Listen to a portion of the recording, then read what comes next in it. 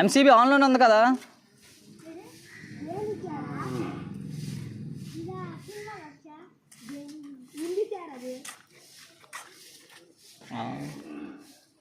అది గంట అవ్వదు కదా, మనకి లోడ్ లాగాల.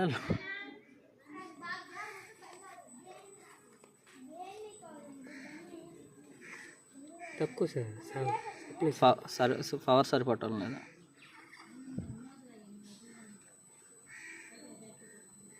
సెట్టింగ్ ఓకే కదా, అందుకుంటుంది లేచుద్దాం అలాగా. అక్కడ ఎంత వచ్చింది చూడు భయ్యా.